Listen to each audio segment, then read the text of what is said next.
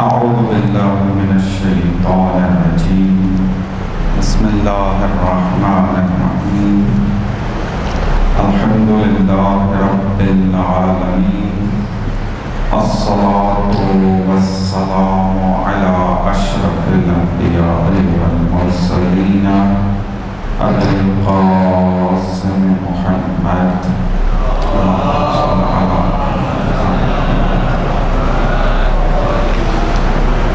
والآئمة الطيبين الطاهرين المعصومين لا سيما بقية الله في الأرضين روحي وأرواحنا له الفداء أما بعد فقد قال الله تبارك وتعالى في كتابه المجيد أعوذ بالله من الشيطان الرجيم شهر رمضان الذي أنزل فيه القرآن هدى للناس وبينات من الهدى والفرقان صلوات محمد وآل محمد.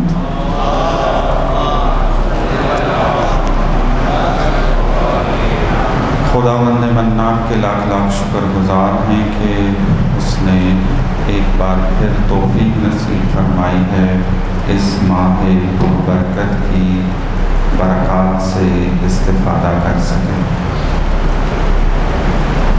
اور اس حوالے سے بھی خداوند منان کا شکر گزار ہوں کہ اس نورانی جگہ اور نورانی محفل میں حاضر ہونے کی توفیق نصیب فرمائے۔ ماہ رمضان سید الشہور کہا جاتا ہے اسے، تمام مہینوں کا سردار۔ ماہ رمضان کے اندر جو ایک خصوصیت پائی جاتی ہے وہ یہ ہے کہ اس مہینے میں خداوند متعال انسان کے لیے تمام ان وسائل کو فراہم کر دیتا ہے کہ جس کے ذریعے انسان تیزی سے اپنے مقصد کی طرف سفر کر سکتا ہے،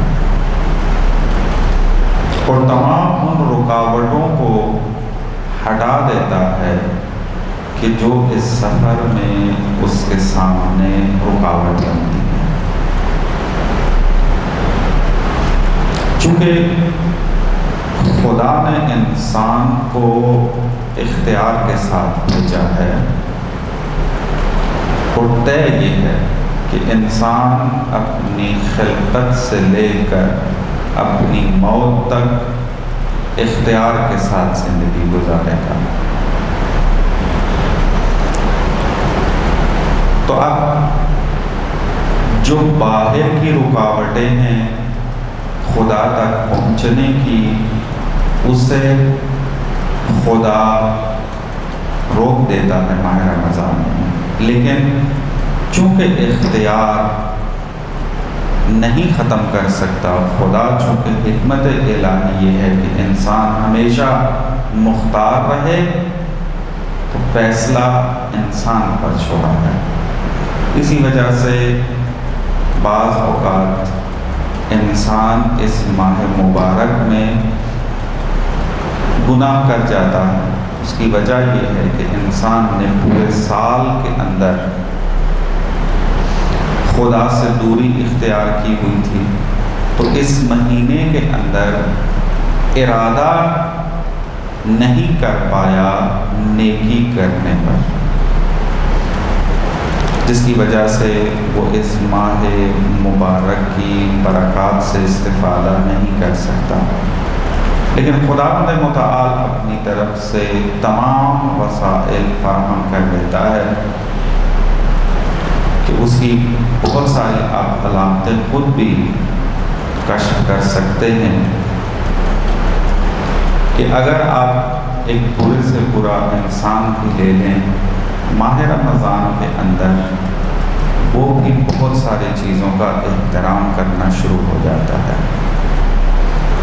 اگر وہ خود روزے دار نہ ہوا تو کبھی علل اعلان کھانے کی جرأت نہیں کرتا۔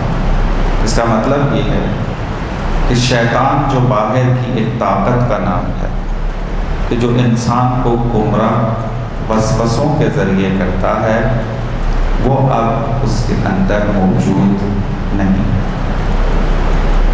اب یہ جو انسان سستی کر رہا ہے، خدا کی راہ پر نہیں چل رہا، اس کی وجہ اس کے ارادے کا ضعیف ہونا ہے، کمزور ہونا ہے۔ ظاہر سی بات ہے کہ ایک چیز فوراً ہی وجود میں نہیں آتی ہے۔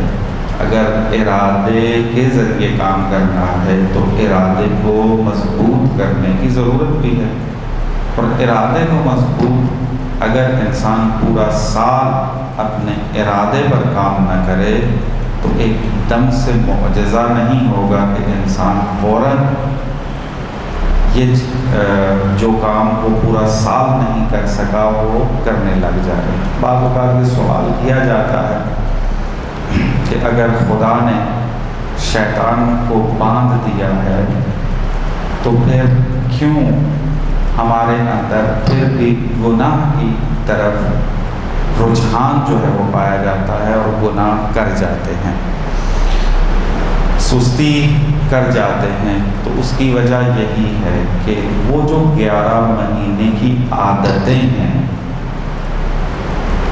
کہ جس کی وجہ سے خدا سے دور رہے، وہ عادتیں اب انسان کے چونکہ ارادے کو کمزور کر چکی ہیں، اب اس کے لیے مسلسل خدا کے لیے اور خدا کی راہ پر باقی رہنا مشکل نظر آتا ہے۔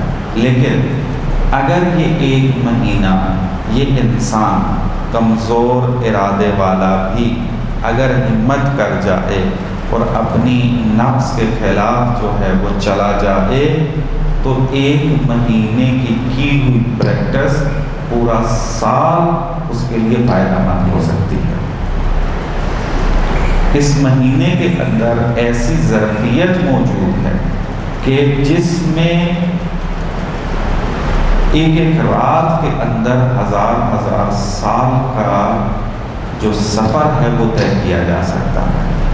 بہت تیزی سے انسان آگے بڑھ سکتا ہے، لیکن یہ یاد رکھیں کہ کوئی کام بھی خدا جبری نہیں لینا چاہتا۔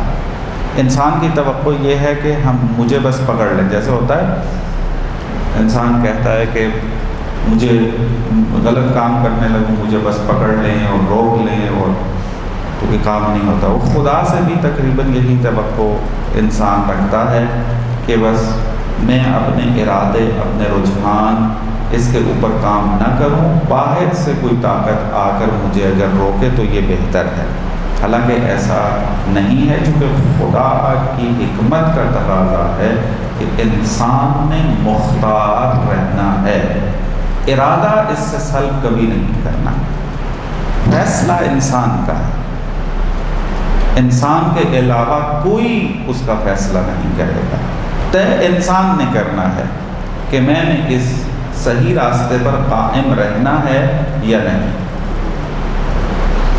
تو لہٰذا یہ اتنا پربرکت مہینہ ہے، اس کے اندر سب سے زیادہ باقی مہینوں کی نسبت خدا کی طرف توجہ رہتی ہے، اور انسان کی حقیقت جو ہے وہ ہے ہی خدا کی طرف توجہ کرنا۔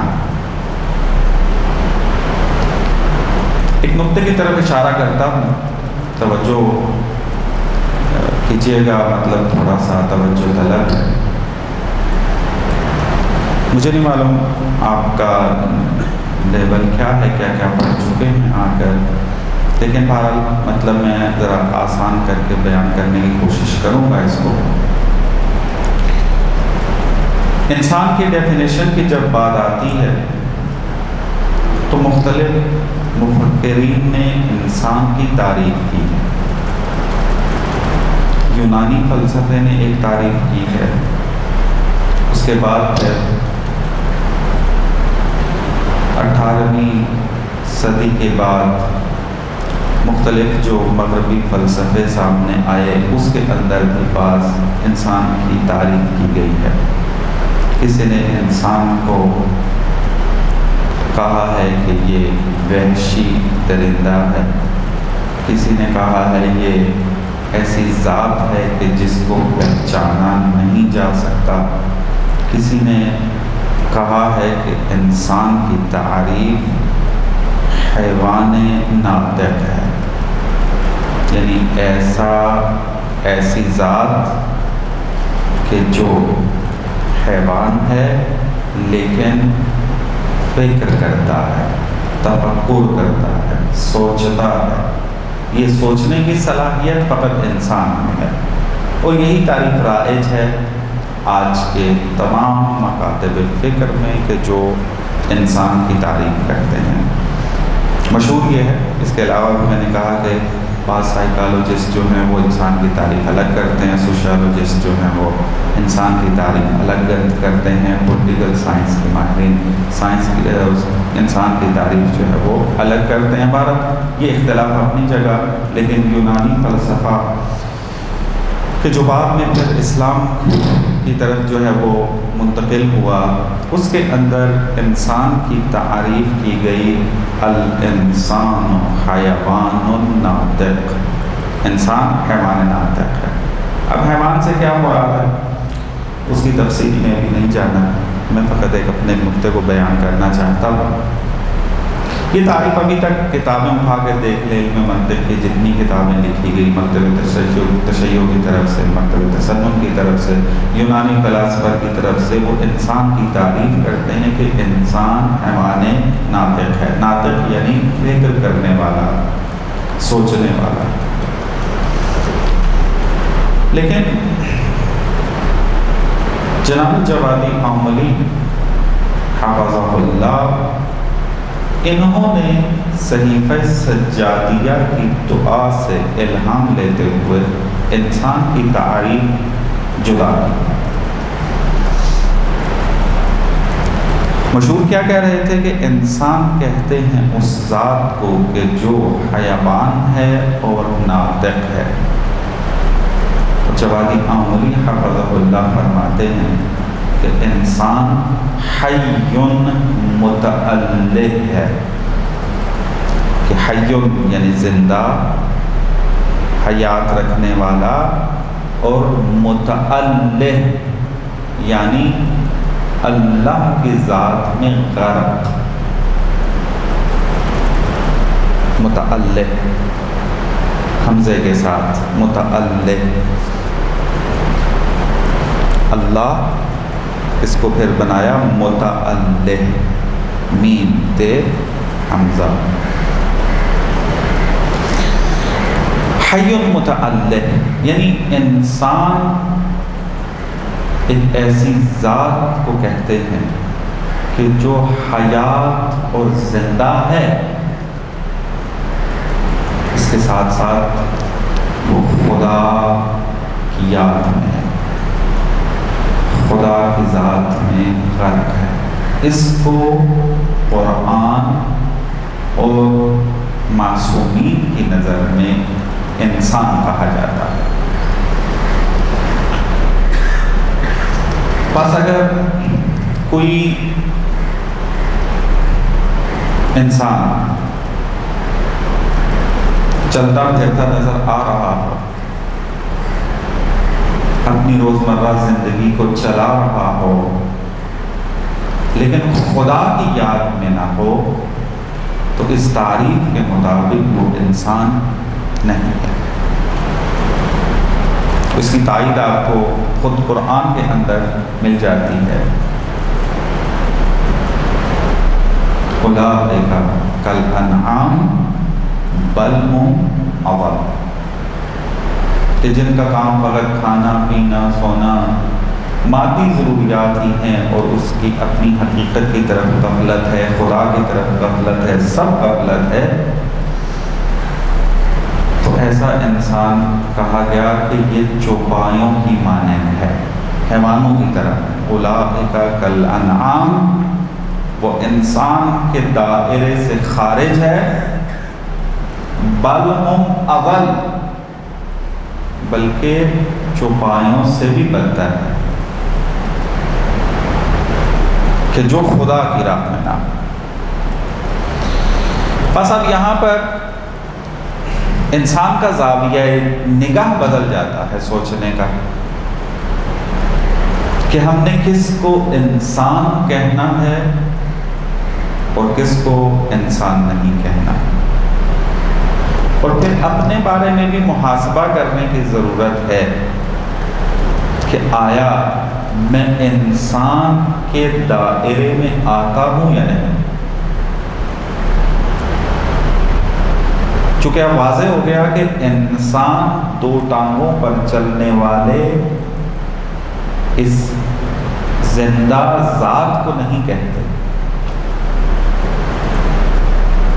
بلکہ اس کو کہتے ہیں قرآن اور روایات کی روشنی میں کہ جو خدا کی طرف متوجہ ہو وہ انسان ہے۔ بہت خوبصورت بحث ہے یہ، خدا نے اگر کبھی توفیق دی تو اس کو کہیں کھولنے کا موقع ملے گا تو انشاءاللہ آپ استفادہ کریں گے اس سے۔ اب اگلا سوال پھر یہ اٹھتا ہے انسان کے اندر کہ جب انسان کی حقیقت کی کہ انسان خدا کی طرف توجہ رکھے تو اب کیا کیا جائے کہ ہم خدا ہی بن جائیں، خدا کی طرف توجہ رہے ہماری۔ دو بنیادی کام کرنے کی ضرورت ہوتی ہے ایک راستے میں کامیاب ہونے کے لیے۔ ایک ہے فکر پہ کام کرنا اور ایک ہے اپنے عمل میں کچھ کام کو انجام دینا۔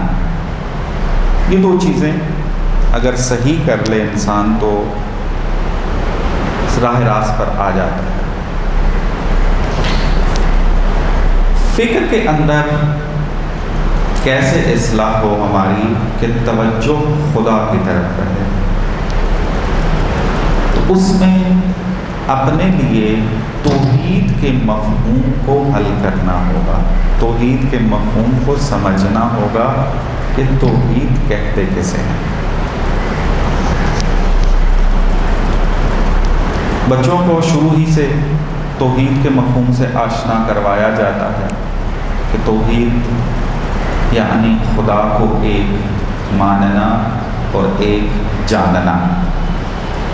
خدا ایک ہے، خدا کا کوئی شریک نہیں ہے، خدا کا کوئی مثل نہیں ہے، یہ توحید کا ایک معنی کیا جاتا ہے۔ یہ ہے بچوں کے لیول کی توحید۔ اس سے اوپر بھی کچھ مقامات طے کرنے کی ضرورت ہے تاکہ انسان حقیقت توحید سے آشنا ہو کر اپنی زندگی کو توحیدی بنا سکے۔ اور معمولاً یہ مرحلہ انسان اپنی پوری زندگی میں بہت کم ہی طے کرتا ہے، چونکہ عقائد کی طرف توجہ جو ہے وہ نہیں رہتی، تو لہٰذا توحید کی جو فکر ہے اس کو صحیح حل نہیں کر پاتے تو زندگی کی پوری توحیدی نہیں بن پاتی۔ توحید کے اگر مفہوم کو صحیح طریقے سے سمجھنا ہو تو ایک سوال کا جواب ڈھونڈنے کی ضرورت ہے۔ اگر یہ سوال کا جواب انسان کو مل جائے تو سمجھ جائیں کہ اس کو توحید سمجھ میں آ گئی ہے، اور پھر زندگی کو کیسے توحیدی بنانا ہے انسان آسانی کے ساتھ بنا سکتا ہے۔ وہ یہ ہے کہ میرا اور خدا کا رابطہ کیسا ہے، ایک مخلوق ہونے کے اعتبار سے مخلوق اور خالق کا رابطہ کیسا ہے۔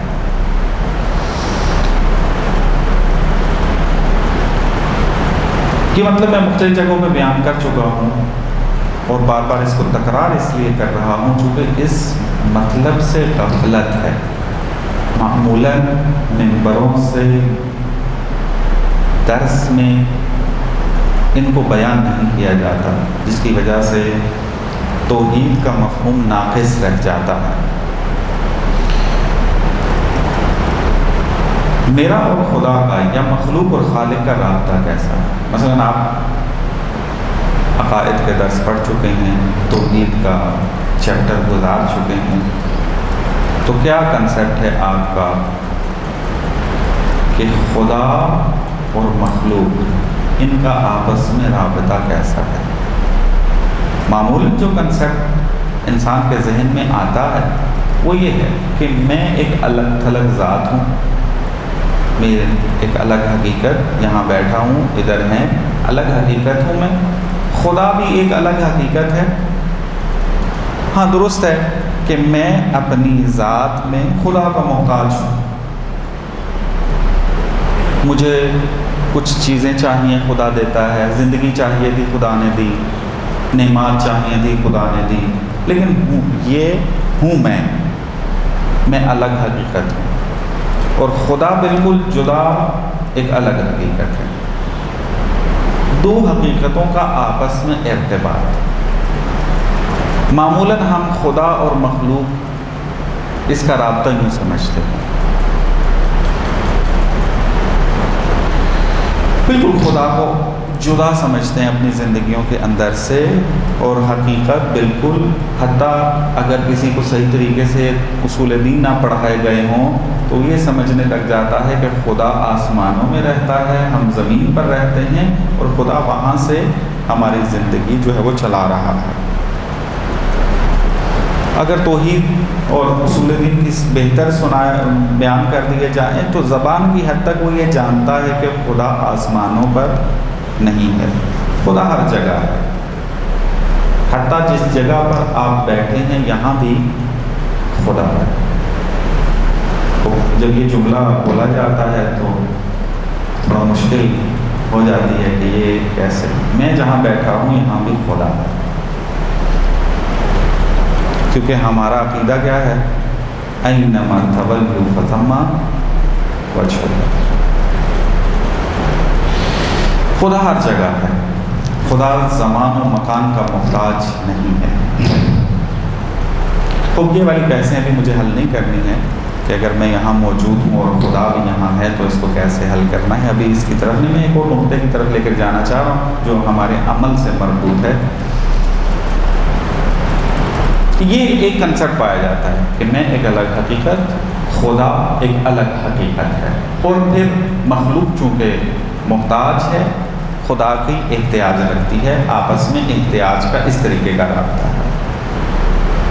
لیکن جب ہم قرآن کی طرف رجوع کرتے ہیں، روایات کی طرف رجوع کرتے ہیں، عقل کی طرف حتیٰ رجوع کرتے ہیں، عقل سلیم کی طرف رجوع کرتے ہیں، ہمیں رابطہ اس سے کہیں گہرا نظر آتا ہے۔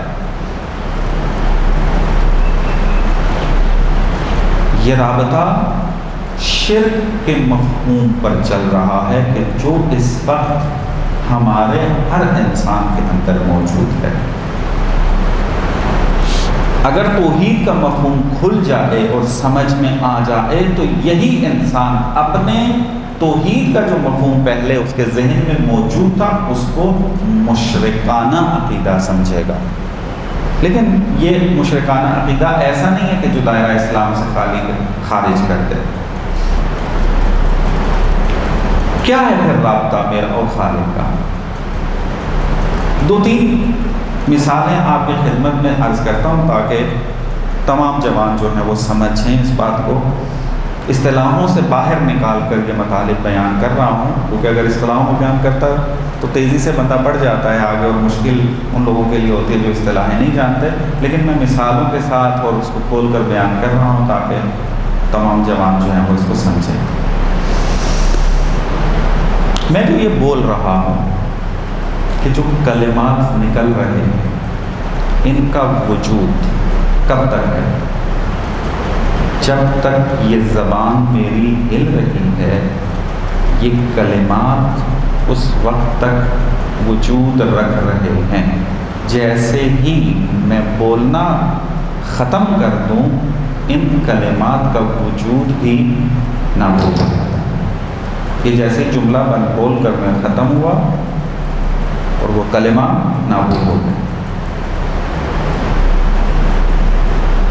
کلمے کا جو وجود ہے وہ میرے بولنے کے ساتھ وابستہ ہے، اور اتنی شدید وابستگی ہے کہ اگر یہ چپ ہو جائے تو کلمہ نابود ہو جاتا ہے۔ سمندر اور اس کی لہریں، کیا رابطہ ہے ان کا؟ کہ جب یہ پانی اٹھتا ہے زمین کی سطح سے تو ہم کہتے ہیں کہ یہ سمندر کی لہر ہے۔ کب اس کو کہتے ہیں کہ سمندر کی لہر ہے؟ کہ جب یہ اٹھا ہوا پانی متصل ہو سمندر کے پانی کے ساتھ۔ یہ پانی جو اٹھا ہے اور متصل ہے ابھی تک، ہم کہتے ہیں کہ یہ سمندر کی لہر ہے۔ یہ جو سمندر کی لہر ہے اس کا وجود کب تک باقی ہے؟ کہ جب تک یہ سمندر ہے۔ اگر یہ سمندر سے کٹ جائے تو اس کو سمندر کی لہر نہیں کہا جاتا۔ اصل سمندر ہونے سے یہ کیا ہو جاتی ہے؟ خارج ہو جاتی ہے، نابودی ہے۔ اس کی حقیقت ختم ہو جاتی ہے کہ جب وہ سمندر سے جدا ہو جائے۔ اس کی حقیقت وابستہ ہے سمندر کے ساتھ۔ لہر تب تک لہر ہے جب تک وابستہ رہے سمندر کے ساتھ۔ اگر سمندر سے رابطہ کٹ گیا اس کا تو لہر ہونا اس کا ختم ہو جائے گا، اصل اس کی ہویت بدل جائے گی۔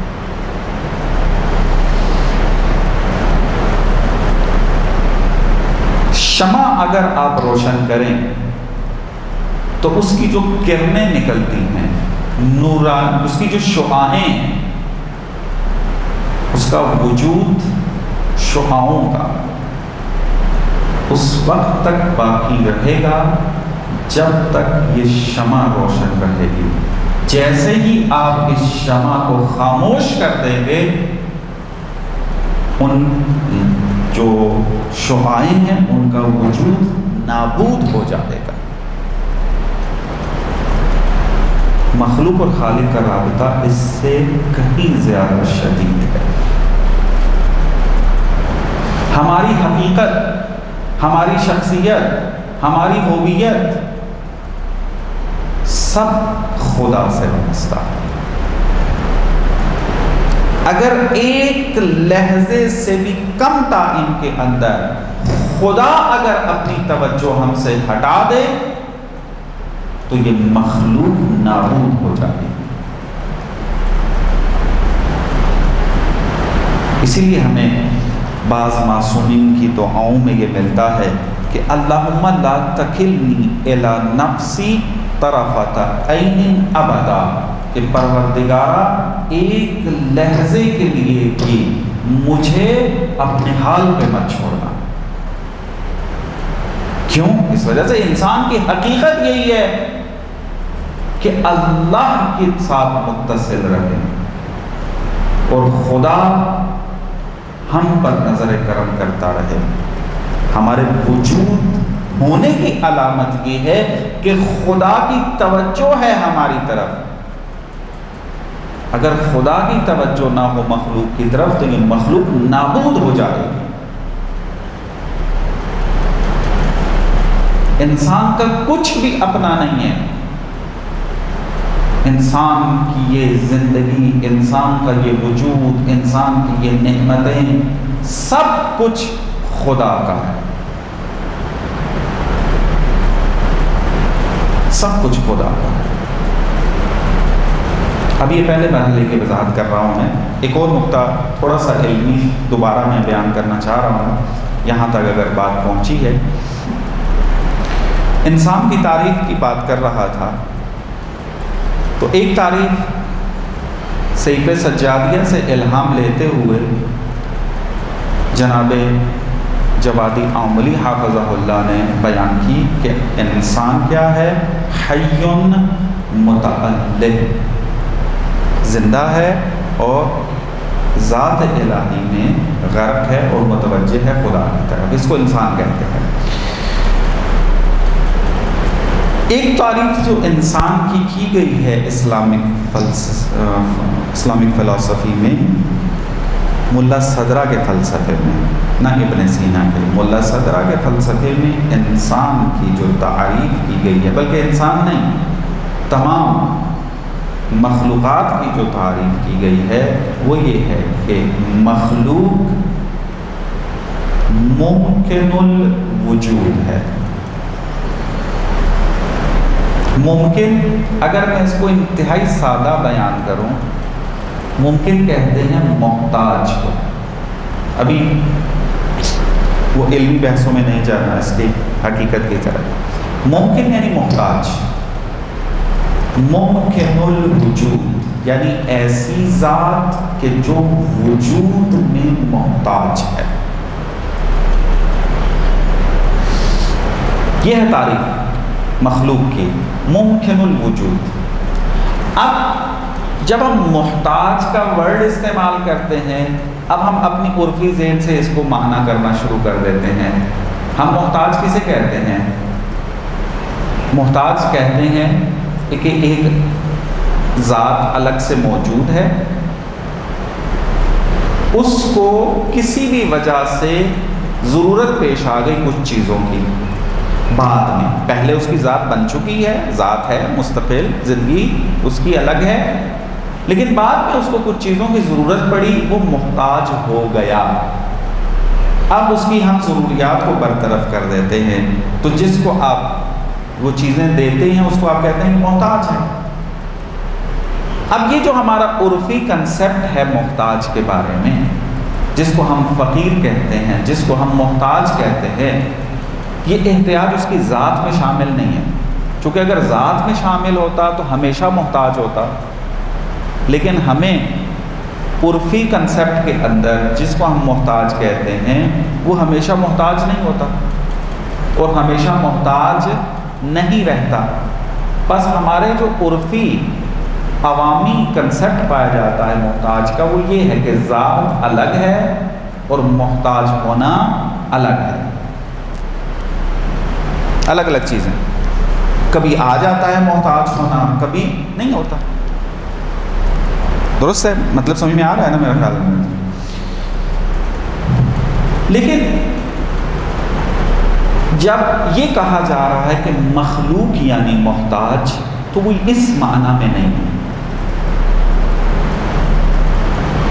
مخلوق یعنی محتاج کا مطلب یہ ہے کہ اس کی ذات احتیاج ہے، یعنی اس کی ذات کو تشکیل دینے والی جو چیز ہے وہ محتاج ہونا ہے۔ جیسے مثلا آپ کہیں آپ سے پوچھا جائے کہ پانی کو تشکیل دینے والی کون سی چیزیں ہیں، آپ کہیں گے آکسیجن اور ہائیڈروجن۔ اگر آکسیجن یا ہائیڈروجن کو لے لیا جائے اس ذات سے تو کیا پانی اپنی حقیقت پہ باقی رہے گا؟ اس کا مطلب پانی کی ذات کو تشکیل دینے والی جو چیزیں ہیں وہ آکسیجن اور ہائیڈروجن ہیں۔ جب یہ کہا جائے، یہ پوچھا جائے کہ مخلوق کی ذات کو تشکیل دینے والی کون سی چیز ہے، وہ ہے محتاج ہونا۔ محتاج ہونا ذات میں شامل ہے، اور جب محتاج ہونا ذات میں شامل ہے تو یہ ہمیشہ غنی کا محتاج رہے گا، غنی سے کبھی جدا نہیں ہو سکے گا، غنی سے کبھی بے نیاز نہیں ہو سکے گا، کیونکہ اگر یہ غنی سے محتاج ہو گیا، غنی سے جو ہے وہ جدا ہو گیا یا مستقل ہو گیا غنی سے، تو پھر وہ اپنی ذات کو بیٹھے گا، حالانکہ اس کی ذات ہے محتاج ہونا۔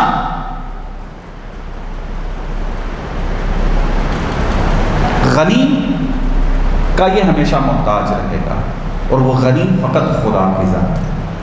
انتم الفقراء، آیت ہے قرآن کی، انتم الفقراء الی اللہ واللہ هو الغنی الحمید۔ تم ہو جو محتاج ہو، انتم الفقراء، محتاج ہو لیکن کس کے؟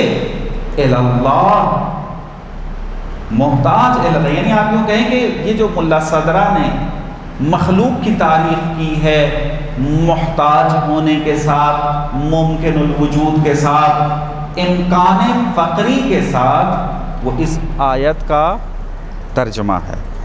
صلوات پڑھیں مرحبا۔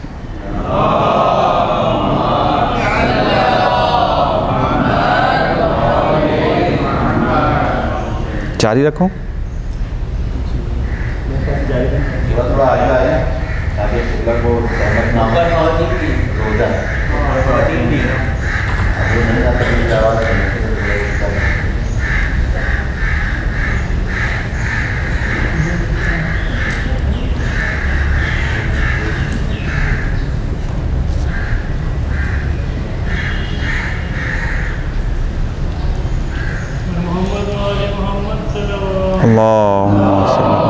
اس فرصت سے استفادہ کر کے اگر کوئی سوال ہیں تو وہ پوچھ لیں، پھر درس بعد میں شروع کر لیں گے۔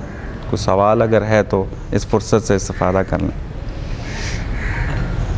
جیسے آپ نے مثال دی کہ جو ذات ہے وہ ہماری جو ذات ہے وہ مستقل ہے، ڈپینڈ کرتی ہیں خدا کی ذات پر، یعنی کہ اگر خدا کی توجہ ہٹ جائے تو ہم پر آ جائیں گے، تو کیا ہم مولانا کی خودی کو بھی اس میں منتقل کر سکیں گے جس میں وہ بولتا ہے کہ خدا مخلوق سے اتنا نزدیک ہے کہ دور بھی نہیں ہوگا؟ جی جی، یہ ہاں، یہ میں وہ جو جملہ کہا تھا نا آپ کو کہ آپ جہاں بیٹھے ہیں وہاں بھی خدا ہے،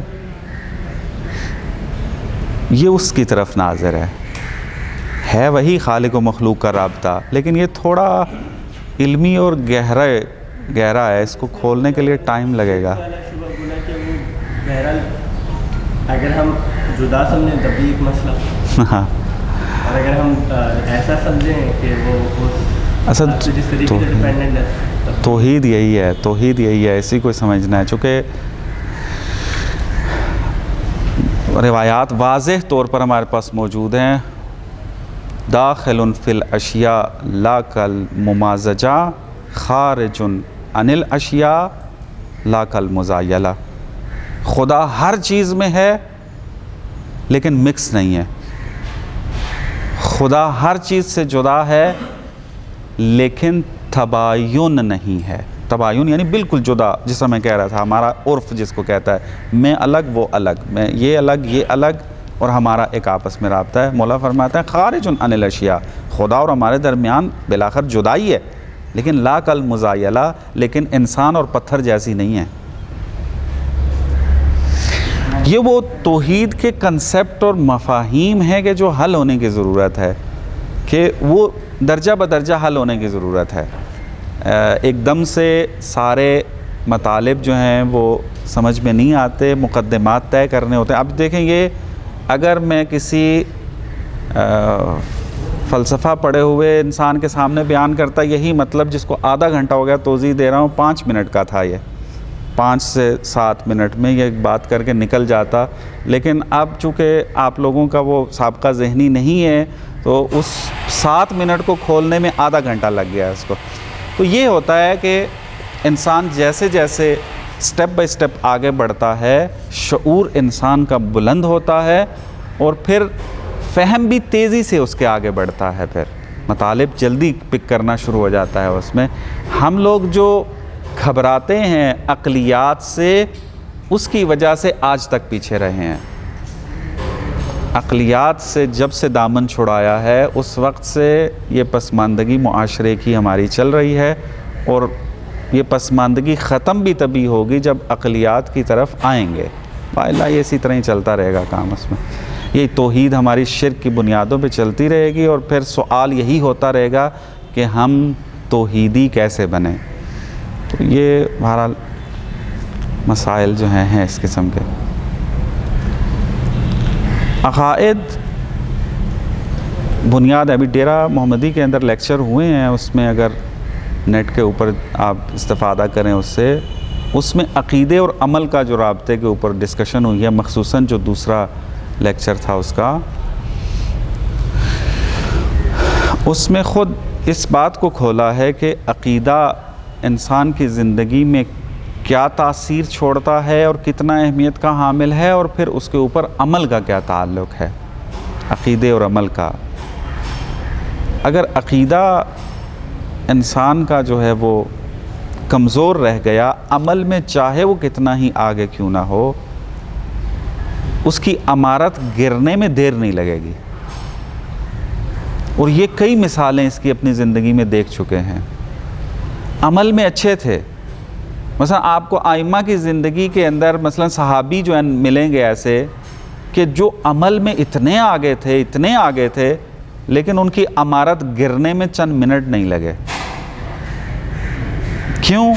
کیونکہ عقیدہ کمزور تھا۔ عمل بہت ضروری ہے، لیکن عمل کی بنیاد اگر عقیدے پر نہ ہو، درست عقیدے پر، تو عمارت گرنے میں ٹائم نہیں۔ آج ہمارا جوان بعض اوقات کیا ہے، یہ اگنوسٹسزم اور یہ ایتھیزم کا جو مسئلہ ہماری یونیورسٹیز کے اندر چل رہا ہے، بہت سارے جوان جو ہیں، بہت سارے سے مراد یعنی نہیں ہونے چاہیے تھے، اس کے مقابل میں کچھ ان کو میں بہت سارے کہتا ہوں، وائلہ اتنی تعداد نہیں ہے ان کی، کافی نوجوان ہمارے جو ہیں وہ مشکوک نظر آتے ہیں دین کے اندر۔ کیوں؟ کیونکہ نہیں پڑھا ہوا، فقط عمل کے اوپر توجہ رکھی۔ اگر جو دیندار تھا، نماز، روزہ، حج، زکوٰۃ مثلا اس حد تک تھا، یونیورسٹی کے اندر جب مختلف فلسفیوں کا اس کو سامنا کرنا پڑا جا کے، تو اپنے دین سے ہاتھ دھو بیٹھے۔ کتنے جوان آپ کو یونیورسٹیوں میں اس وقت نظر آئیں گے جو یہ کہتے ہوئے نظر آئیں گے کہ دین انسان کا شخصی معاملہ ہے۔ خوب یہ جو کہہ رہا ہے کہ دین انسان کا شخصی معاملہ ہے تو مشکوک ہے اپنے مذہب میں، توحید میں مشکوک ہے، اسلام میں مشکوک ہے۔ اگر مشکوک نہ ہوتا تو یہ جملہ نہ کہتا۔ اور شیعہ کہہ رہے ہوتے ہیں نا، کوئی باہر سے کوئی لبرل آ کر کہہ رہا ہوتا ہے یا اس طرح کر کے، نہیں، یہی لوگ جو مجالس میں شریک ہو رہے ہوتے ہیں، جو اول صف میں بعض اوقات نماز پڑھتے ہیں آگے، وہی کہ دین ایک شخصی معاملہ ہے۔ یہ مسائل درپیش ہیں بہت زیادہ۔ اور ایک چیز اور ذہن میں رکھیں کہ اعتقاد کی جنگ ابھی چھڑی ہے پاکستان میں، ابھی یہ ابتدا میں ہے، ابھی بہت کچھ دیکھنا ہے آپ جوانوں نے۔ اگر اعتقاد پہ کام نہ کیا تو پھر مسجدوں میں جوان کو لانا یہ بہت مشکل ہو جائے گا۔ یہ ابھی شروع ہوئی ہے جنگ، اگر توجہ نہ ہوئی ابھی عقائد کے اوپر کام کرنے کی طرف، اور عقائد بھی نہ ایک سٹیپ کے کہ ایک سٹیپ کلیئر ہو گیا بس اب زندگی میری ٹھیک ہو گئی، ہاں معمول کے مطابق زندگی اس کی صحیح رہے گی، خدا بھی قبول کرے گا اس کو، لیکن ایک مجاہدانہ زندگی اگر کوئی کرنا چاہتا ہے تو وہ یہ ایک لیول نہیں ہے، کئی لیولز ہیں اعتقادات کے، اس کو سمجھنے کے، تب جا کے یہ مسائل جو ہیں وہ حل ہوتے ہیں اور پھر معاشرے کی اصلاح انسان کر سکتا ہے۔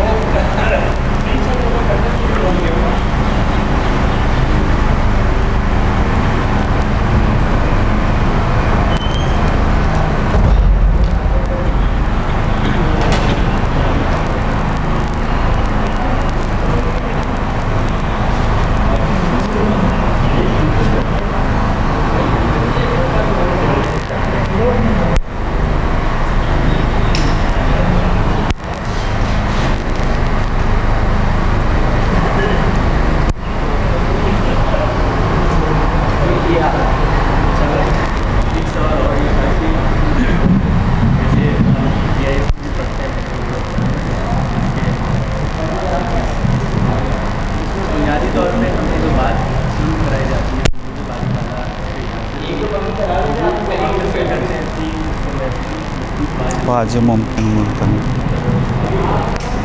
اس کے بعد پھر ایک نظریاتی کی جیسے آپ نے کہا کہ عرفان اسلامی کی نظر میں سوچنا ہے کہ جو تعلق ہے خدا کیا وجود کی آواز سے اسٹارٹ کرنا مناسب ہے یا پھر اس کے مقدمات اس وادی میں وارد ہونے کے کیا مقدمات؟ میں عرض کرتا ہوں مجھے سوال اس میں آپ کو تھوڑا بیٹھے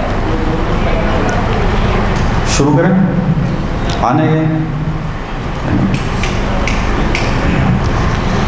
خوب بات ہماری یہ چل رہی تھی کہ مخلوق یعنی محتاج، اور یہ محتاج ہونا اس کی ذات میں شامل ہے، اس کی ذات سے باہر نہیں ہے۔ اگر یہ محتاج ہونا اس کی ذات سے لے لیا جائے تو یعنی اس کی ذات کی نابودی۔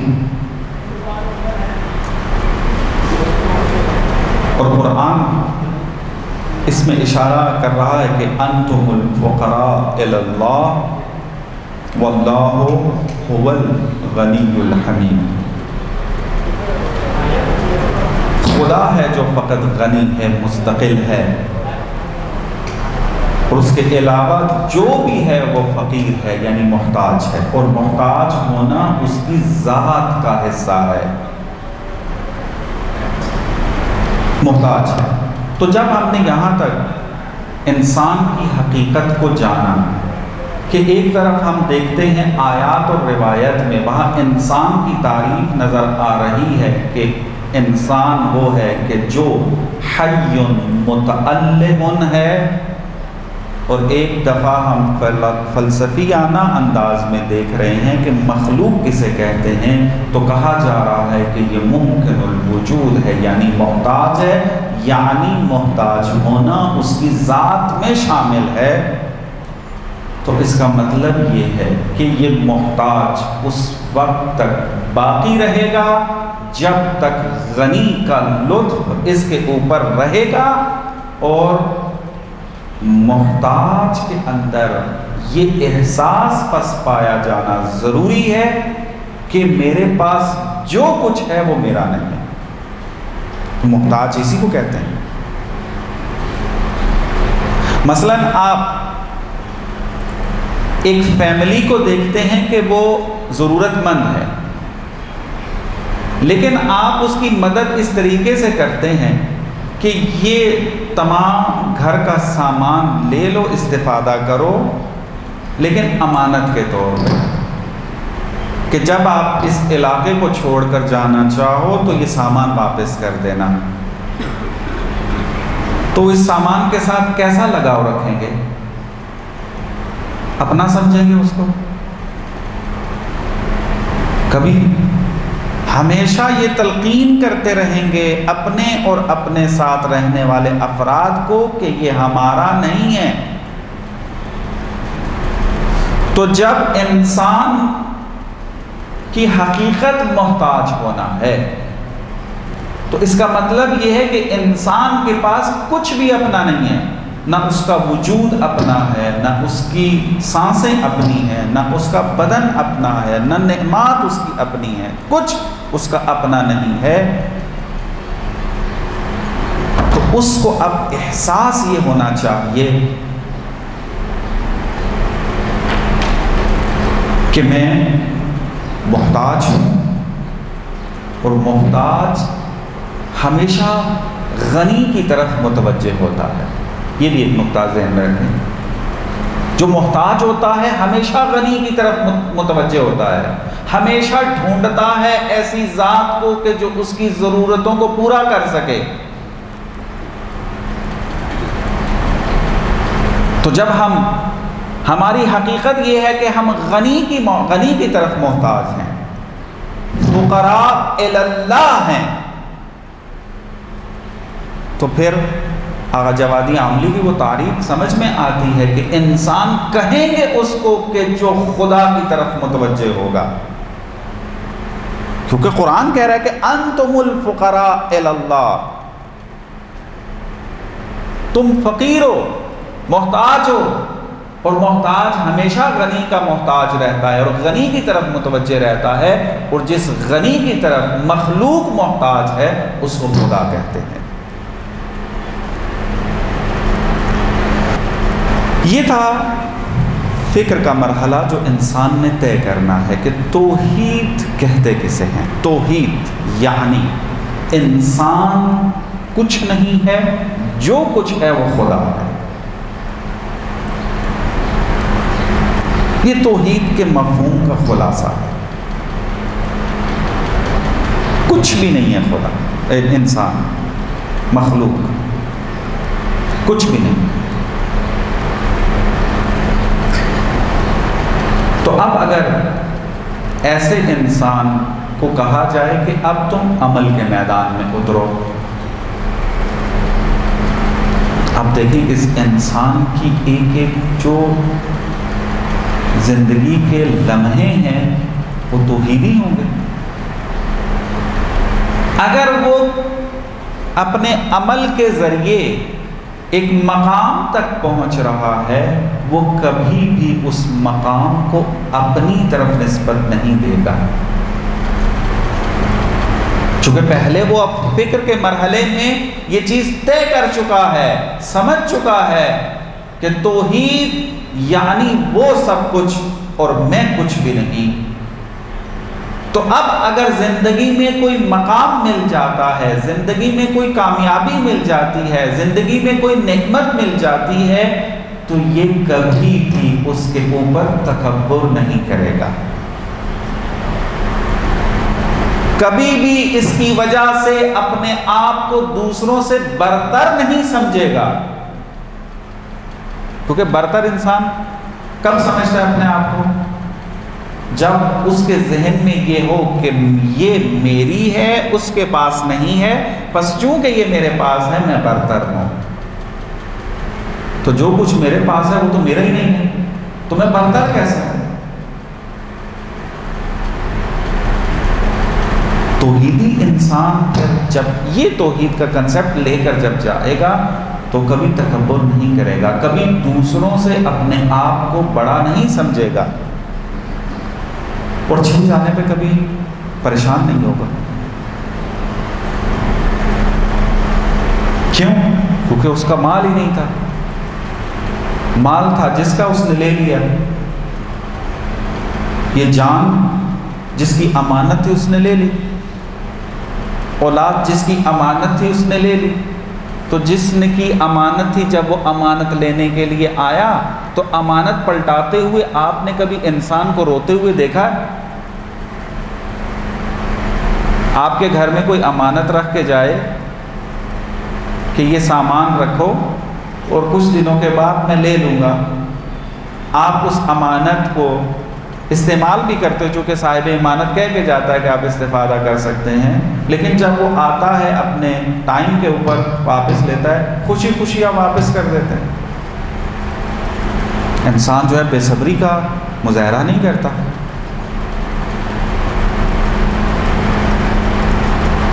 تو جب توحید کا مفہوم اور کنسپٹ کلیئر ہوا تو انسان کے اندر سے بے صبری ختم ہو جاتی ہے، پریشانی ختم ہو جاتی ہے، اضطراب ختم ہو جاتا ہے، کیونکہ یہ چیزیں اس وقت آتی ہیں کہ جب انسان کچھ چیزوں کو اپنا سمجھ بیٹھے، تب انسان پریشان ہوتا ہے اس کے جانے سے، تب انسان بے چین ہوتا ہے اس کے چھن جانے سے۔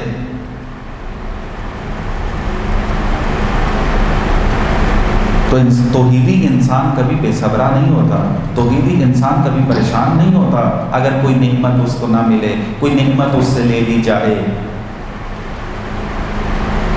اور ایسا توحیدی انسان پھر حسد بھی نہیں کرے گا،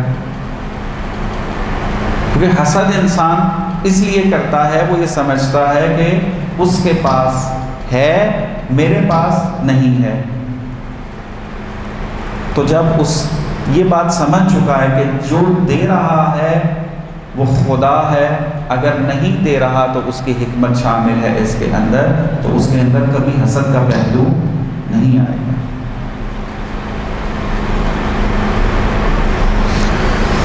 ایسے انسان کے بارے میں قرآن بہت خوبصورتی سے جو ہے وہ بیان کر رہا ہے اس کو. آپ نے یہ آیت بہت جگہ پر منبر سے سنی ہوئی ہے.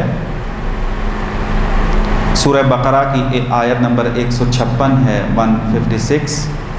ارشاد ہو رہا ہے کہ اعوذ باللہ من الشیطان الرجیم بشر الصابرین الذین اذا اصابتهم مصیبہ قالوا انا للہ و انا الیہ راجعون.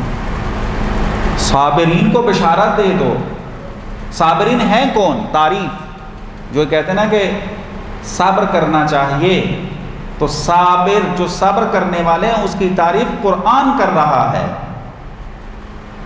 الذین، صابرین ان لوگوں کو کہتے ہیں کہ جب ان کو مصیبت ملتی ہے، مصیبت ان تک آتی ہے تو وہ بے چین نہیں ہوتے، وہ آپے سے باہر نہیں ہوتے، وہ شکوہ شکایت کی زبان نہیں کھولتے، وہ بے چین نہیں ہوتے، بلکہ کیا کہتے ہیں کہ خدا کا تھا خدا نے لے لیا.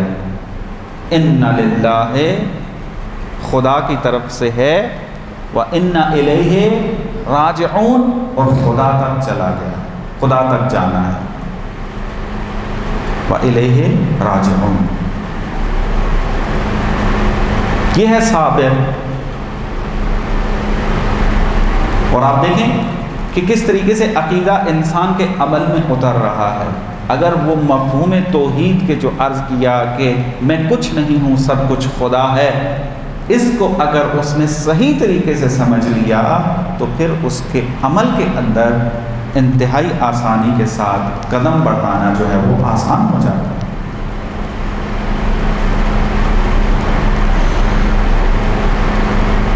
اب انسان جب عقیدہ اس کا ٹھیک ہو گیا توحید کے حوالے سے اور عمل کے میدان میں اترتا ہے، تو اب یہاں پر ایک حکمت عملی اپنانا ہے خدا کے راستے میں چلتے ہوئے، اور کچھ آپ یوں کہہ لیں کہ ایک سلیبس کے تحت جو ہے وہ آگے بڑھنا ہے، قدم اٹھانے ہیں. ایک ہے حکمت عملی اور ایک ہے اس حکمت عملی کے مطابق قدم اٹھانا. یہ دو چیزیں پھر کرنی ہیں. حکمت عملی کے اندر کیا چیز آئے گی کہ انسان میں توکل ہونا چاہیے. اگر انسان میں توکل نہ ہوا تو وہ خدا کے راستے پر چل نہیں سکتا، اس کی زندگی توحیدی نہیں بن سکتی، وہ الہی انسان نہیں بن سکتا جس کے اندر توکل نہ پایا جائے. اب توکل کیا ہے بہرحال ایک الگ موضوع ہے. دوسرا جو ایک نقطہ حکمت عملی کے طور پہ پایا جاتا ہے کہ جو ہونا ضروری ہے اس سفر کے اندر، وہ ہے اخلاص. اخلاص یعنی سب کچھ خدا کے لیے. اخلاص، نیت میں بھی اخلاص اور عمل میں بھی اخلاص. اور اخلاص فقط ایک کلمے میں عرض کیا، خدا کے لیے، اس کو کہتے ہیں اخلاص.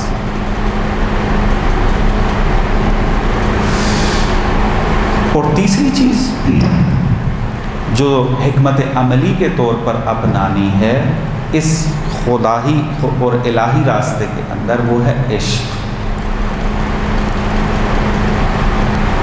ظاہر سی بات ہے جب سفر خدا کی طرف ہے تو عشق بھی اس کا ہونا چاہیے،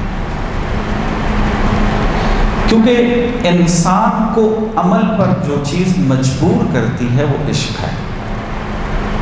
جب تک انسان عاشق نہ بنے، انسان کسی کے لیے کوئی کام انجام نہیں دیتا. عشق ہے جو انسان کے اندر تڑپ پیدا کرتا ہے، اور یہی تڑپ پھر انسان کو آرام سے بیٹھنے نہیں دیتی. عشق ہے کہ جو انسان کو چلنے پر مجبور کرتے ہیں۔ تو عاشق بنے گا تو تب یہ سفر تیزی سے طے ہوگا۔ اگر عاشق نہیں بنے گا تو ممکن ہے سفر میں چلتا رہے گا لیکن چلے گا آہستہ آہستہ، وہ مقام نہیں پھر ملے گا کہ جو عاشقوں کا ہوگا، کہ جس طریقے سے وہ سفر طے کرتے ہیں۔ اور چوتھی چیز جو ہونی چاہیے وہ ہے توسل۔ یہ چار چیزیں حکمت عملی ہیں اس الہی راستے پر چلنے کے لیے۔ یہ ہوگا، یہ زاد راہ ہوگا اس کے پاس۔ اب جیسے دیکھیں نا 40 کے سفر پہ جب پیدل چلتے ہیں تو اس کے اندر پہلے سے کچھ چیزیں اپنے پاس رکھتے ہیں کہ یہ ہونا چاہیے ہمارے پاس تاکہ ہم سفر کو جاری رکھ سکیں۔ تو جب مانوی سفر شروع کرنا ہے اس کے اندر بھی یہ چیزیں ضروری ہیں۔ تو وہ یہ چار چیزیں ہیں جو اہمیت کی حامل ہیں۔ اور پانچویں ایک چیز جو ہے وہ شریعت کے اوپر متعبد رہنا، یعنی شریعت پہ عمل کرنا۔ ظاہر سی بات ہے کہ جب خدا کے راستے میں ہے تو خدا کے بتلائے سارے احکام پر عمل کرنا۔ اس کے بعد پھر جب یہ سفر حکمت عملی ساری مل گئی اور یہ زاد راہ جو ہے وہ ہے گیا، اب سفر کرنا ہے۔ اب سفر کا جب کہاں سے شروع ہوگا سفر؟ تو پہلا جو یہاں پر قدم اٹھانا ہے وہ ہے یقظہ، بیداری، خواب غفلت سے بیدار ہونا۔ یہ اب سفر شروع ہو گیا۔ آپ نے اپنی فکر ٹھیک کی، توحیدی بنائی، زاد راہ اکٹھا کیا، توکل لیا، اخلاص لیا، عاشق بنے، توسل کیا۔ اب سفر شروع۔ پہلا قدم کیا ہے؟ بیداری۔ اور اس بیداری کے اندر کرنا کیا ہے؟ توبہ۔ تو بس الہی جو سفر کا آغاز ہے وہ توبہ سے ہے، اور اس کے بعد پھر انسان معرفت کو مزید بلند کرے، علم و معرفت حاصل کرے، دوسروں کے حقوق کی رعایت کرے، اپنی زندگی کی اصلاح کرے، ذکر و عبادت کرے اور فکر و عبرت حاصل کرے۔ یہ مختلف قدم ہیں کہ جو انسان نے طے کرنے ہیں، اور عفا نے اپنے اپنے طریقوں سے ان مراحل کو بیان کیا ہے۔ اب یہ ایک الگ بحث ہے کہ سفر کا آغاز اور اس کا آخر، اس کے درمیان میں جو مختلف قدم اٹھانے ہیں وہ کون کون سے ہیں، ان کی تشریحات تفصیل کے ساتھ ہمارے عرفاء نے جو ہے وہ بیان کیے ہیں کہ آج اس کا موقع نہیں ہے اور وقت بھی جو ہے وہ ختم ہو گیا ہے۔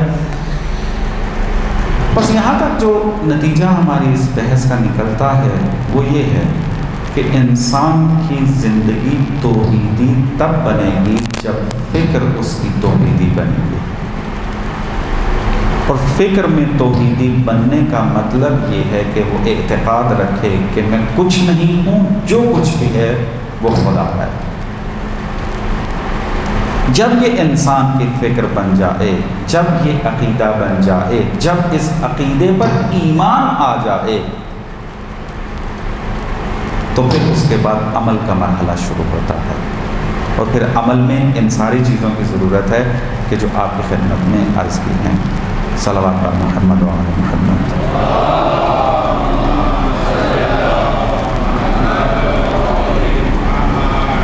خوب، مزید اگر سوال ہیں اگر آپ کے تو بیان کریں، جواب دیتا ہوں اس کا۔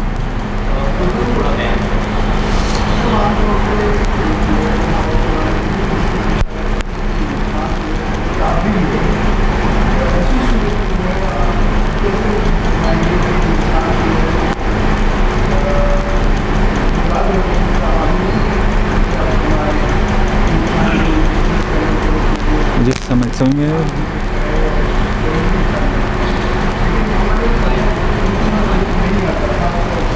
ان کو بتا دیں، یہ مائک میں بولیے گا۔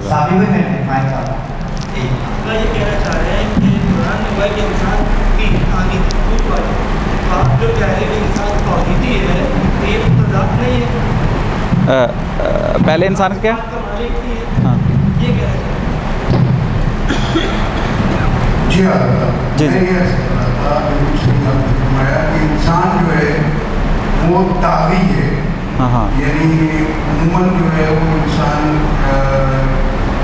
طغیانی سے کام لیتا ہے, جذباتی ہو جاتا ہے, اور وہ توحیدی جو ایک شکل ہے وہ نہیں ہو پاتی انسان کے اندر. تو یہ تضاد نہیں ہے انسانیت میں اور جو ہے وہ خدا کی طرف اس کا مائل ہونے میں اور آپ کے ارشاد جی جی مختلف نہیں ہوتا.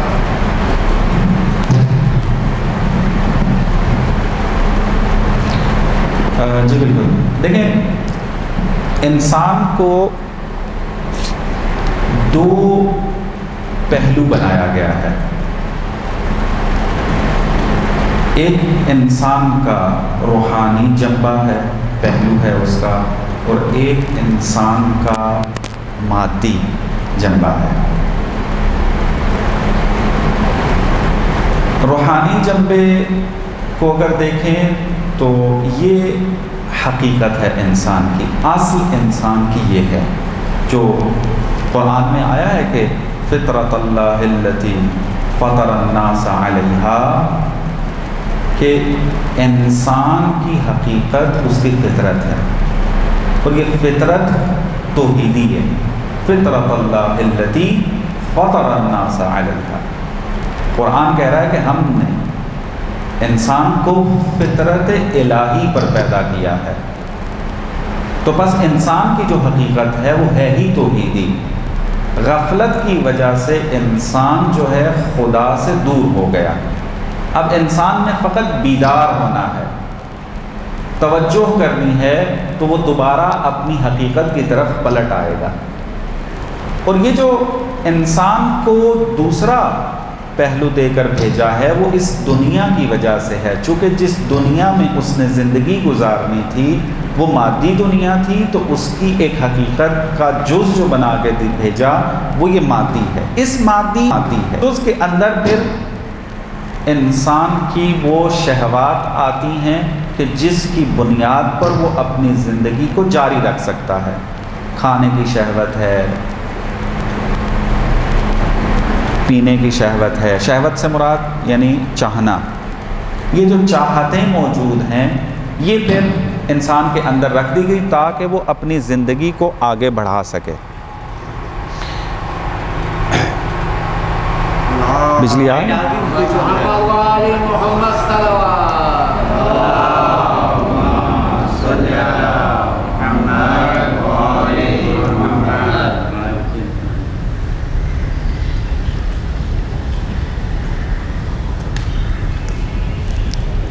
اذان کتنے بجے ہوتی ہے یہاں پہ؟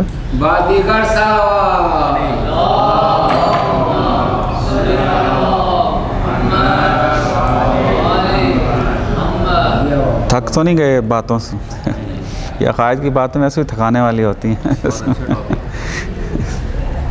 ایک لیکچر تھا جس کی وجہ سے بہت خلاصے کر کے آگے نکل رہا ہوں, تو بہرحال خستہ کنندہ ہوتا ہے جب مطلب تیزی سے آگے بڑھ رہا ہوں.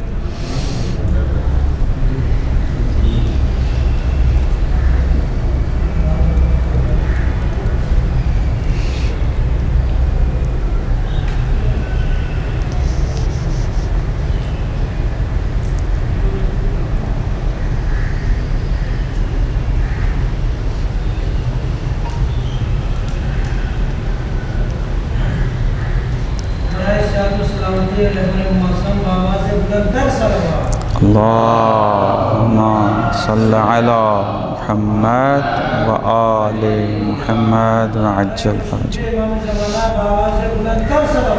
اللہم صل علی محمد و آل محمد وعجل فرجہ.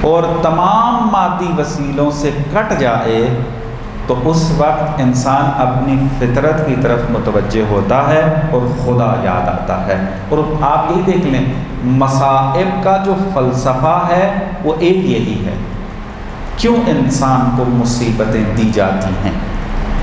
کیونکہ انسان مادی لذتوں کے اندر اتنا غرق ہو جاتا ہے کہ اپنی فطرت اور اپنی حقیقت سے اس کی توجہ ہٹ جاتی ہے۔ یہ مصیبتیں آ کر اس کو اپنی حقیقت کی طرف توجہ دلاتی ہیں، اور حقیقت کیا ہے؟ ابھی تک بحث جو ہم نے کی ہے، توجہ الی اللہ۔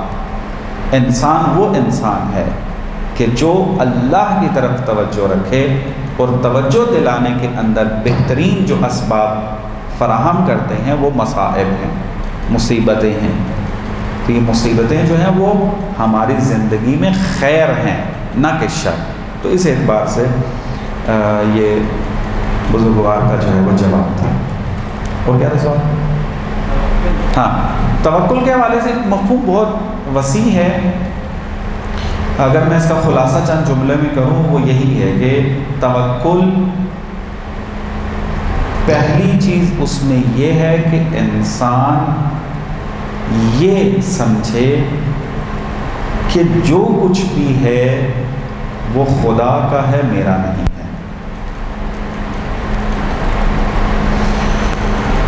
اور پھر اسباب کی طرف بھی جب جائے تو یہ فکر ہو اس کی کہ چونکہ تو نے کہا ہے میں اسباب کی طرف جا رہا ہوں، وَإِلَّا میرا اصل بھروسہ تو ہے، اصل کام کرنے والا۔ مثلا بیمار ہو جاتا ہوں، کون ہے شفا دینے والا؟ خدا، وَهُوَ الشَّافِي، فقط خدا ہے جو شفا دیتا ہے، اور کسی کے اختیار میں نہیں ہے شفا دینا۔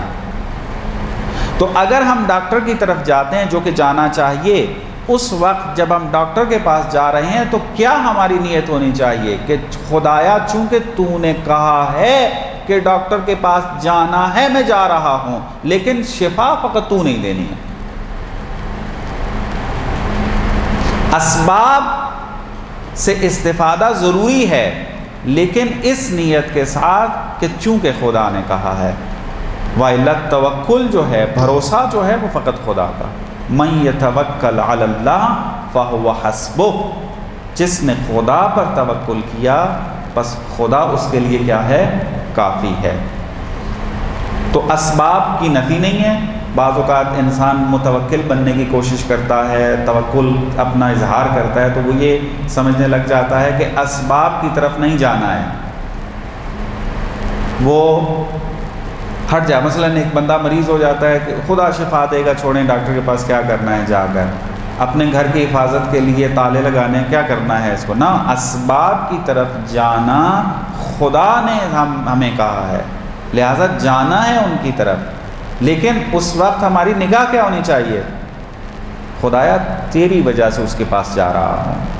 لیکن اگر یہ نیت ہو کہ کام تو فلانے بندے نے ہی میرا کرنا ہے، اگر یہ نہ ہوتا تو پھر کام نہیں ہونا تھا، اس کو کہتے ہیں شرک۔ یہ جملہ ادا کرنا کہ اگر یہ نہ ہوتا تو میرا کام نہ ہوتا، یہ مشرکانہ جملہ ہے۔ آپ کسی انسان کے پاس جاتے ہیں مسئلہ حل کروانے کے لیے تو اس لیے جا رہے ہیں چونکہ خدا نے اس کو سبب بنایا ہے اور آپ اس کی طرف جا رہے ہیں آ کر۔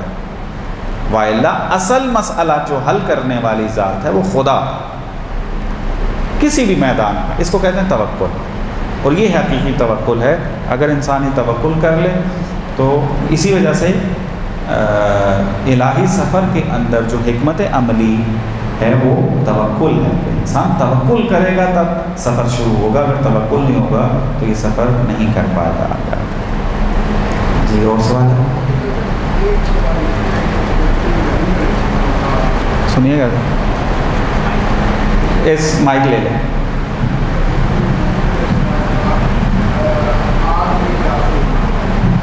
جیسے حضرت ابراہیم علیہ السلام کا آگ میں داخل ہونا، اس میں حضرت ابراہیم علیہ السلام نے کہیں کوئی سبب کا انتظار نہیں فرمایا، جبکہ فرشتوں نے کہا کہ ہم آپ کی مدد کرنے کے لیے آئے ہیں، ہمیں اللہ تعالیٰ کا حکم ہے، ہم آپ کی مدد کر سکتے ہیں، لیکن اللہ تعالیٰ نے یہ ابراہیم علیہ السلام نے فرمایا کہ مجھے تم سے کوئی حاجت نہیں ہے. جب حضرت ابراہیم علیہ السلام کو کہہ دیا گیا، حضرت ابراہیم علیہ السلام نے کہہ دیا کہ مجھے تم سے کوئی حاجت نہیں، اس کا مطلب یہ کہ وہ خالی توکل کر رہے تھے، اسباب کی طرف کوئی ان کی توجہ نہیں تھی. جی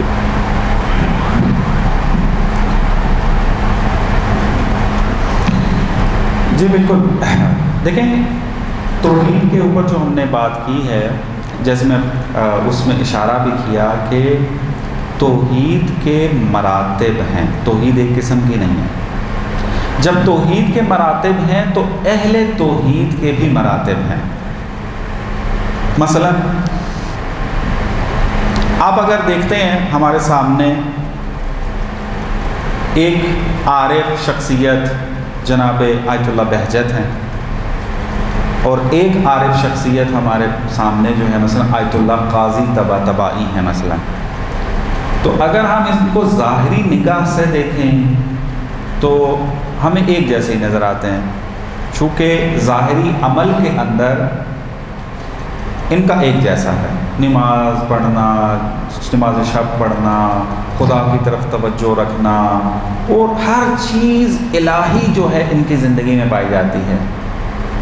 لیکن جب ہم تھوڑا توحید کے مراتب میں جا کر دیکھ رہے ہوتے ہیں تو ہمیں آیت اللہ قاضی طباطبائی بلند درجے میں نظر آ رہے ہوتے ہیں، آیت اللہ بہجت نیچے والے درجے میں نظر آ رہے ہوتے ہیں. اس کی وجہ کیا ہے؟ چونکہ توحید کے مراتب ہیں اور ہر مرتبے کا اپنا تقاضا ہے. ایسا نہیں ہے جو نچلے مرتبہ توحید میں بیٹھا ہو اب وہ یہ چاہ رہا ہو کہ میں اپنا عمل بھی ویسا کروں جیسا مجھ سے اوپر والے مرتبے میں انسان کر رہا ہے. یہ ہو نہیں سکتا، ایسا ممکن وہ عمل کر بھی نہیں پائے گا. جناب ابراہیم علیہ السلام خدا کے برگزیدہ بندے اور توحید کے میدان میں سب سے بلند ایسی ذات جب یہ کہے کہ مجھے فقط خدا کی مدد کی ضرورت ہے تیری نہیں، کیونکہ ان کی یہ توحید کا بلند ترین مرتبہ یہ حل تھا عقیدے کے اعتبار سے، ایمان کے اعتبار سے اور عمل کے اعتبار سے،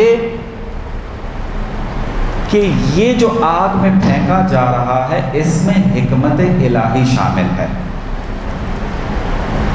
اور اگر خدا نے اس عمل کے ذریعے لوگوں کی ہدایت کرنی ہے تو پھر اس میں جبرائیل کی مدد کی ضرورت نہیں ہے. اور یہ عمل یہاں تک پہنچنے کے لیے توحید کے مراتب طے کرنے کی ضرورت ہے، اور اسی وجہ سے پھر ایسے عمل کے لیے جناب ابراہیم کا انتخاب ہوا ہے، ان سے نیچے والے درجے کے افراد کا انتخاب نہیں ہوا. بس توکل کا مطلب یہ نہیں ہے کہ ہم نے اسباب کی نفی کرنی ہے، بلکہ اسباب کی طرف جانا ہے. ہاں بعض عمل جو ہیں وہ اہل توحید والوں کے ہیں، اگر انسان وہاں پر پہنچے اور ان کے مطابق عمل کرے تو اچھا ہے، وَإِلَّا اگر نیچے والے انسان اوپر والوں کے لیے جو ہے وہ کہے کہ میں اس جیسا بنا، پھر اس مرتبے پہ آنا پڑے گا، تب جا کر انسان جو ہے اس پہ عمل کر پائے گا صحیح طریقے سے. ایک چیز ہمیں دیکھنے میں مشکل ہے،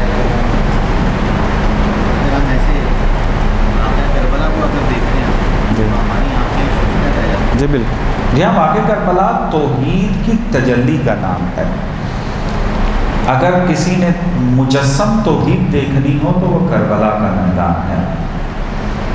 تمام جو ارزشیں ہیں توحید کی وہ ہمیں کربلا میں نظر آتی ہیں. توکل ہے تو وہ، تضرع ہے تو وہ، عبادت ہے تو وہاں، توبہ ہے تو وہاں، ذکر ہے تو وہاں، ہر چیز جو ہے وہ توحید مجسم کا نام کربلا ہے. نہیں ہے سوال؟ آپ نے ایک سوال کیا تھا بی آئی ایس کے حوالے سے، یہ عقائد کا جو ابتدا ہے. دیکھیں عقائد کی ابتدا کہاں سے ہو یہ مخاطب پہ ڈیپینڈ کرتا ہے، قاعدہ قانون نہیں. دیکھنا یہ ہوتا ہے کہ کس کو عقائد پڑھانے ہیں۔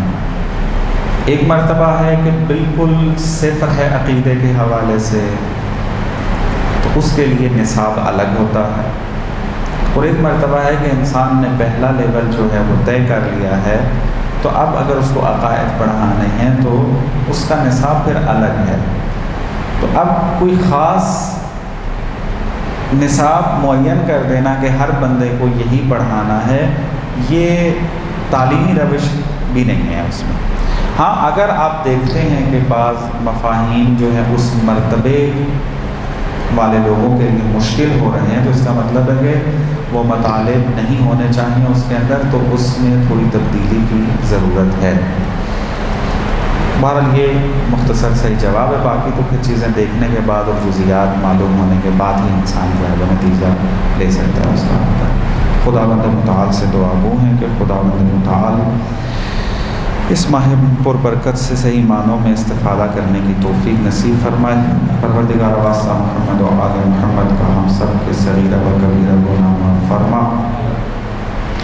پروردگار واسطہ محمد و آل محمد کا ہم سب کے مرحومین کے صغیرہ و کبیرہ گناہ معاف فرما، اور ان کے درجات بلند فرما۔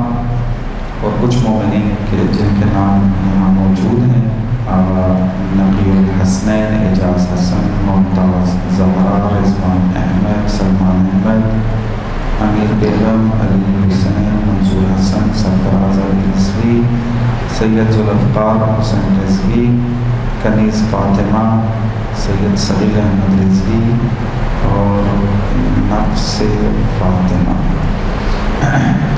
ان کے درجات بلند فرما، ان کے صغیرہ و کبیرہ گناہ معاف فرما، ان کو جوار معصومین میں جگہ نصیب فرما۔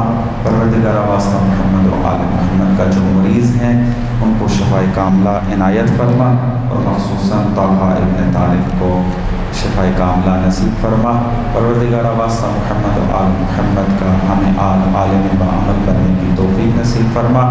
پروردگار واسطہ محمد و آل محمد کا امام زمانہ کے ظہور میں تعجیل فرما، اور ہمیں ان کے سچے سپاہیوں میں شمار فرما۔